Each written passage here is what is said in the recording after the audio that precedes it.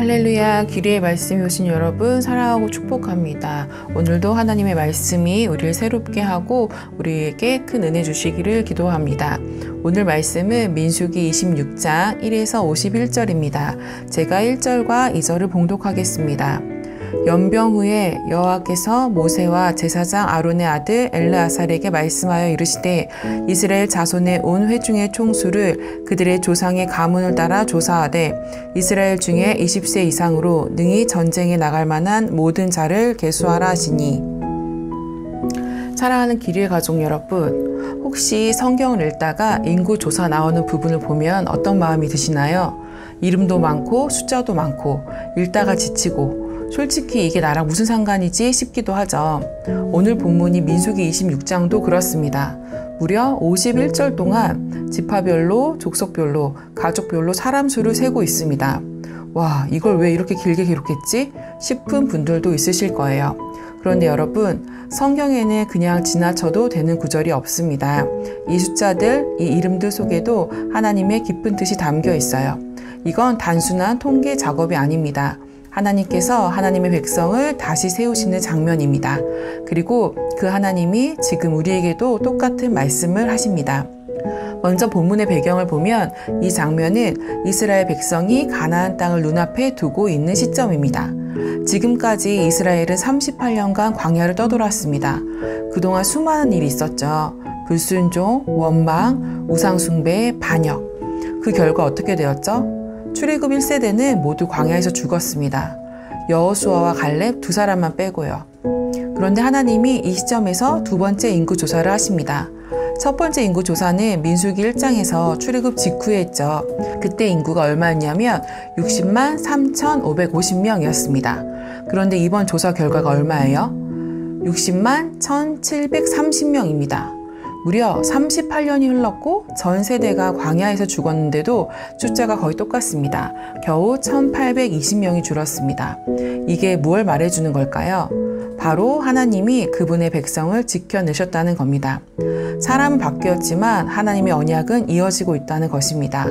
여러분, 이것이 정말 큰 은혜 아닙니까? 하나님께서 창세기 15장에서 아브라함에게 뭐라고 약속하셨죠? 내 자손이 하늘의 별과 같이 많아지리라. 그 약속이 지금 이 광야 끝에서 현실이 되고 있습니다. 그런데 어떻게 이런 일이 가능했을까요? 환경은 최악이었잖아요. 끝없이 반복되는 불신앙, 끝없는 광야, 끝없는 심판. 그런데 하나님은 그 가운데서도 다시 새로운 세대를 일으키셨습니다.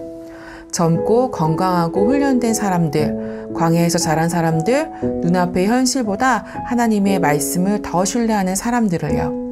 사랑하는 여러분, 하나님은 절대로 포기하지 않으시는 분이십니다. 우리는 실패하고 무너지고 돌아서지만 하나님은 여전히 약속을 붙잡고 계십니다. 오늘 본문에서 또 하나 눈여겨볼 곳이 있습니다. 하나님은 이스라엘 백성을 그냥 대충 한 60만쯤 되겠지 하지 않으십니다. 지파별로, 족속별로, 가문별로 정확하게 한 사람 한 사람을 세고 기록하십니다. 왜 이렇게까지 하실까요? 그 사람들 하나하나가 하나님 눈에 소중하기 때문입니다. 그 이름들 하나하나가, 그 가문 하나하나가 하나님의 언약의 대상이기 때문이에요. 우리도 마찬가지입니다. 광야 같은 인생길, 어디로 가는지도 모르겠고 내가 뭘 하고 있는지도 모르겠는 그런 시간 가운데서도 하나님은 우리를 알고 계십니다. 하나님은 여러분이 누구의 자손인지, 어디에 속해 있는지, 어디에 있어야 할 사람인지 정확히 아십니다. 우리는 잊혀졌다고 느끼지만 하나님은 단 한 번도 우리를 잊으신 적이 없습니다. 여러분, 여기서 중요한 질문 하나를 던져볼게요. 하나님께서 광야의 그 세대를 왜 걷어가셨을까요? 그들은 하나님의 기적을 다 봤던 사람들입니다. 홍해가 갈라지고 만나가 떨어지고 반석에서 물이 솟는 걸 다 경험했어요. 하지만 결정적인 순간마다 불신과 불순종으로 반응했습니다. 말씀보다 현실을 더 크게 받고 약속보다 상황을 더 신뢰했습니다. 그래서 하나님은 그 세대를 걷어내시고 그 자녀 세대를 다시 세우신 거예요. 그리고 그들에게 말씀하십니다. 이제 너희가 가나안 땅을 차지하라.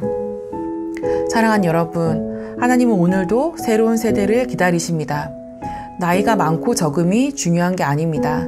하나님의 말씀을 믿고 순종할 수 있는 사람, 세상의 소리보다 하나님의 음성을 따를 수 있는 사람, 하나님은 그런 사람을 찾고 계십니다. 혹시 지금 여러분은 광야 한복판에 서 있는 것 같지 않으십니까?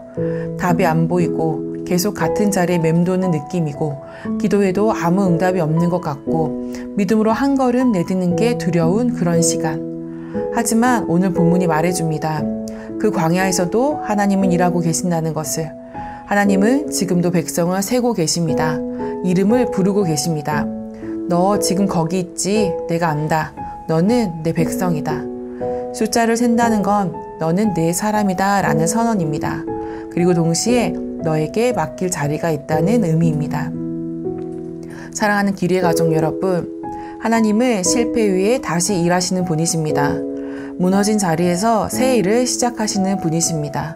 1세대는 사라졌지만 하나님의 역사는 끝나지 않았습니다. 하나님은 멈추지 않으셨어요. 지금 하나님이 우리를 세고 계십니다. 그리고 말씀하고 계십니다.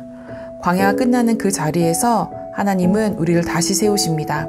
오늘 이 시간 우리가 그 부르심 앞에 다시 반응할 수 있었으면 좋겠습니다. 하나님, 저를 새롭게 하소서. 하나님, 저를 사용하여 주옵소서. 하나님, 그 새로운 세대가 제가 되게 하소서. 함께 기도합시다. 사랑하는 주님, 오늘 말씀을 통해 광야에서도 약속을 이루시는 하나님을 다시 보게 하시니 감사합니다.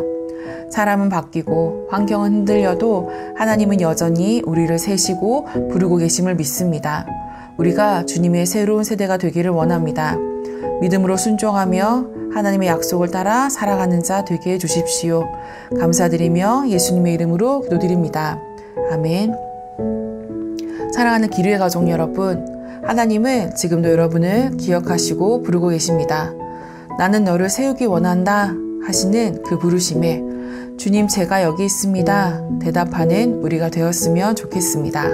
오늘 하루 그 믿음으로 살아가는 여러분 되시기를 축복합니다. 오늘도 승리하세요.